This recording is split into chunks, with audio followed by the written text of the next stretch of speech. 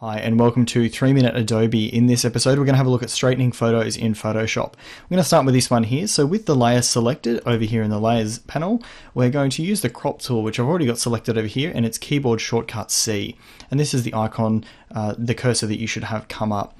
Now while you've got that, if you hold down the Control key, it'll change slightly, and this is the straighten tool. This is one way to get to the straighten tool, and while you hold down Control, you can click and drag out a straight line over the horizon of your picture, and you'll see that it straightens it like this. Now obviously here, as it's rotated it, it's going to leave these empty gaps at the top and the bottom and around the edges. Photoshop has a feature called Content Aware. You'll see it up here in the crop toolbar. If you leave this selected and accept the crop with the tick, or just simply hit enter on your keyboard, you'll see that what it does is it fills in those gaps, trying to replicate some of the textures that are around there. If I just undo that and go back to what we had, hold down Control and click and drag out this line again, and this time I'll untick Content Aware, you'll see that it shrinks the frame so that it fits and it won't be leaving any gaps around the edges. That's a handy tool if you don't want to shrink your photo in any way.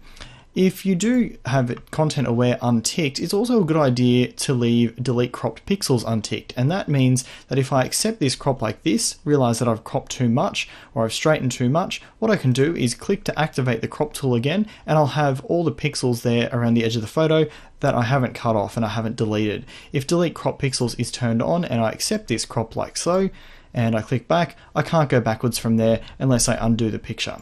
I'm going to jump to the second picture now. And this time, instead of holding down Control, we're going to click the same icon just up the top here on the crop toolbar, which is the straighten tool. So if we click, it'll allow us to drag out that line once again, and this time we'll go Content Aware, and we won't delete any of the crop pixels, and we'll accept that crop. You'll see that it processes again, and it's done a pretty good job around the edges there. It is worth checking though, as you can see up on the top here, it has gone a little bit funny, and so it is worth checking anything that it's filled in to make sure that it hasn't done anything too weird to your photo. Jump to the straighten number 3 now. The final one that you can do here is with the same tool. We're going to hold down Control once more. It's the quick way of getting to the straight tool. And you can see that we can draw out a vertical line to do exactly the same job, and with Content Aware ticked, we'll accept that crop. Instead of this time hitting the tick button up the top here, I'm just going to press enter on my keyboard, and you'll see that it's accepted that crop. The Content Aware crop works best with patterns and textures like trees or sky or water. It can do some weird things with photos with a lot of unique objects like the buildings in this photo.